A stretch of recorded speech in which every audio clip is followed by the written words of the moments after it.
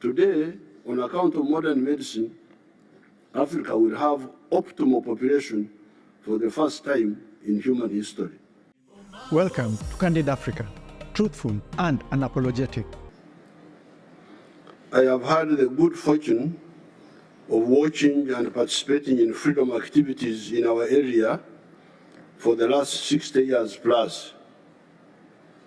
In order to understand the struggles we have been involved in, we should be reminded that by 1900, the whole of Africa had been colonized except for Ethiopia. This colonization followed 500 years of taking slaves from Africa and the devastation that criminal trade caused. It was not only Africa that was colonized, but also much of Asia, India, Indonesia, Indochina, Burma, the Philippines, Malaysia, etc., and the subjugation and extermination of the indigenous people of the Americas and Australia. However, these criminal acts by the imperialists, the slave trade and colonialism, provoked the colonized people into launching a resistance movement by some of the black people in the United States of America, in the persons of Du Bois and Pademont, who launched the Pan-African movement. This was the first step. Secondly, in 1912, the African National Congress of South Africa was launched, led by new resistance fighters, different from before, when the leaders of the resistance were the kings and chiefs, such as Kabarega of Uganda, Mkwawa of Tanzania, Lobengula of Zimbabwe, Mwang of Uganda.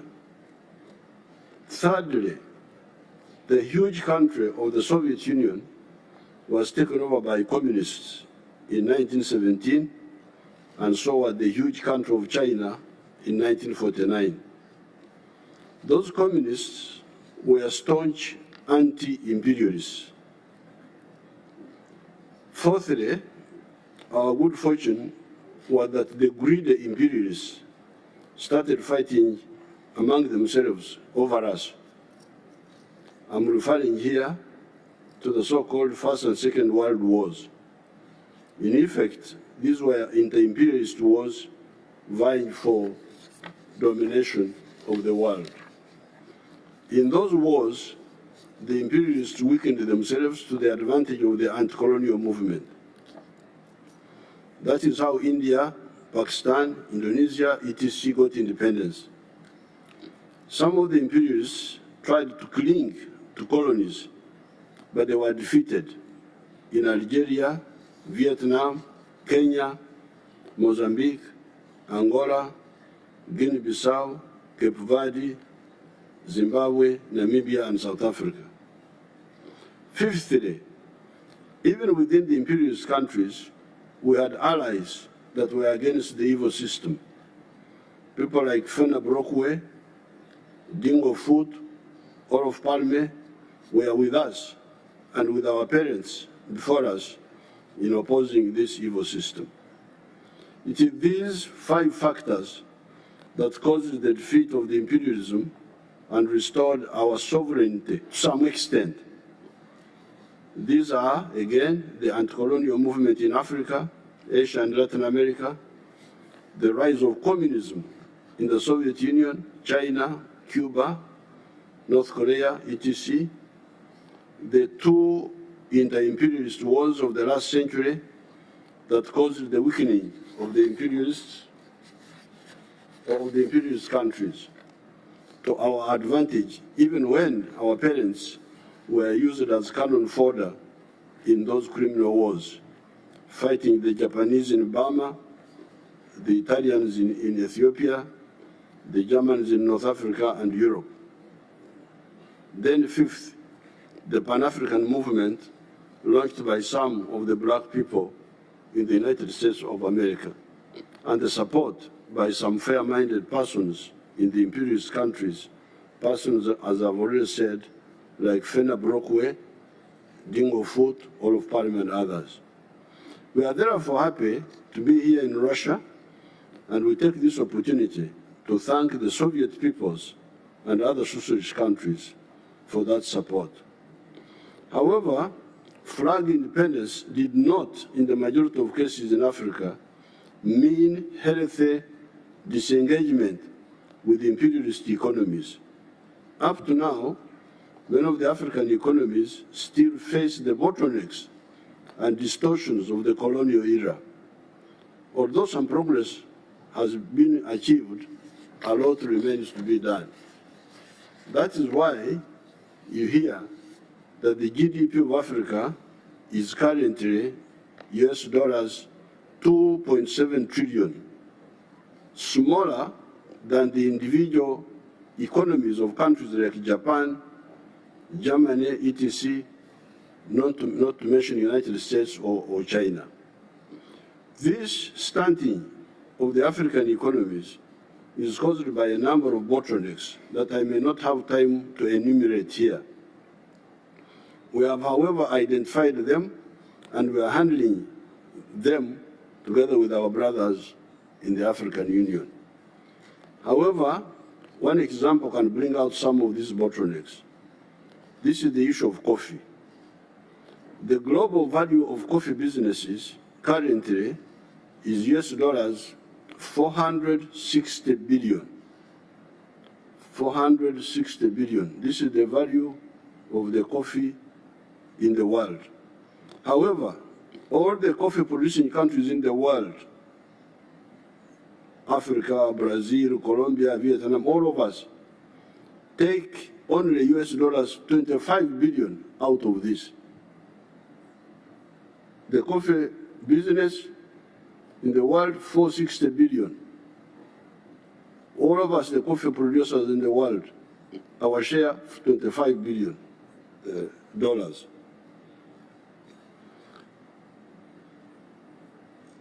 Africa's share is US dollars 2.5 billion.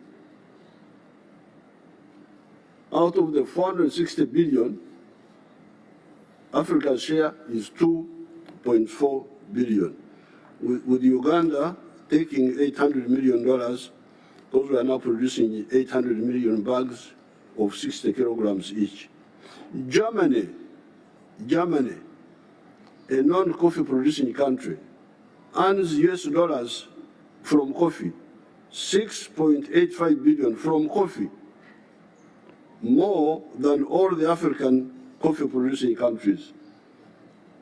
My young friend from Burkina Faso was asking about this, where the problem is. I could see he's very worried, our young soldier there. So you have the answer here.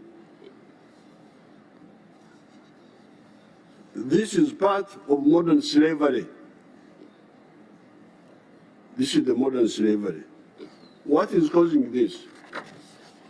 Africa being locked into, and also locking itself into, only producing raw materials of agriculture, minerals, etc., and abstaining from adding value. A kilogram of good coffee today earns about US dollars 2.5. The same kilogram roasted and processed outside Africa earns about US dollars 40. So we get $2.5 for a kilo of coffee. Somebody who is clever outside gets $40. This is the hemorrhage that has stunted Africa's growth. There are other bottlenecks, but I do not have time to go into them.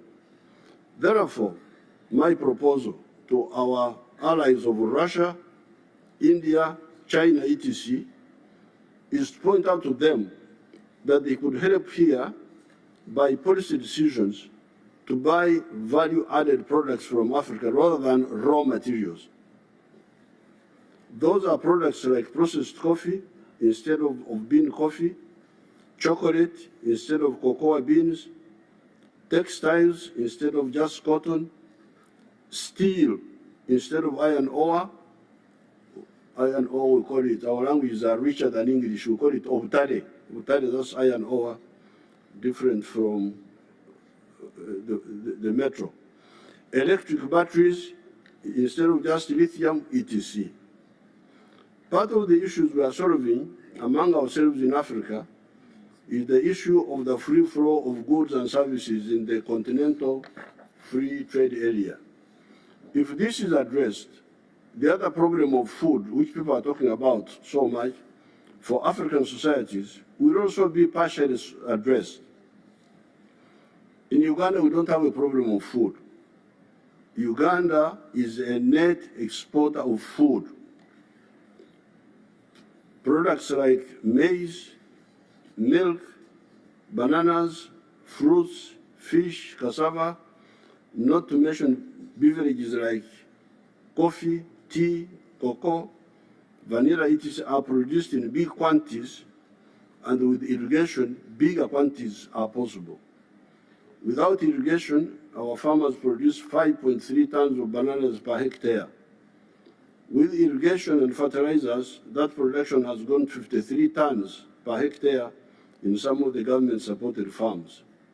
It is therefore important for our partners to know that some of the African countries, such as Uganda, produce huge quantities of food, and moreover, food of unique nutritional value, beef with yellow fat, instead of the cholesterol-laden types you get from many parts of the world, potassium-rich bananas, high cream milk, fish with a nuni, Nile-patch bladder, that is a cure for some maladies, millet with protein, carbohydrates, and iron together. What we actually need are markets in both Africa and beyond. This is part of the problem. Some of the African countries have got a lot of food, but they cannot sell it to the other countries because of the trade barriers within Africa. Secondly, you could also encourage your companies Кроме того, to вы invest in можете value также addition in Africa. работать с своими компаниями, чтобы они сами способствовали созданию добавочной стоимости в Африке. Value addition to the abundant raw materials in Africa means more jobs for the unemployed African youth that are dying in the Mediterranean trying to reach Europe, and more money in their pockets. They will then afford to pay for more electricity generated by turbines made from outside, which creates more jobs and money for the turbine producers outside. After some delays, we in Africa are making some good moves. One of them is the CFTA, the Continental Free Trade Area, that is uniting the huge market of Africa of 1.5 billion people. We shall be 2.5 billion in the next 30 years. Remember that Africa is 12 times bigger than India in land area. But until recently, the population of India has been bigger than that of Africa. Therefore, Africa has actually been underpopulated for much of the millennia. The fact that it is the origin of man, Homo sapiens sapiens, 4.5 million years ago, notwithstanding. Today, on account of modern medicine, Africa will have optimal population for the first time in human history. Finally, those who foment wars on account of ideological issues are wrong, and they are time and opportunity wasters. Human history will move on whether they like it or not. Did the religious wars in Europe impose religious conformity in the world? You remember there were people who wanted to make sure that everybody is a Catholic, wanted to make sure, and they were using war, and what happened? They failed. Did Metternich, there was the Austria of the Austro-Hungarian Empire called Metternich. Did Metternich's Holy Alliance stop the spread of capitalism and the overthrow of feudalism?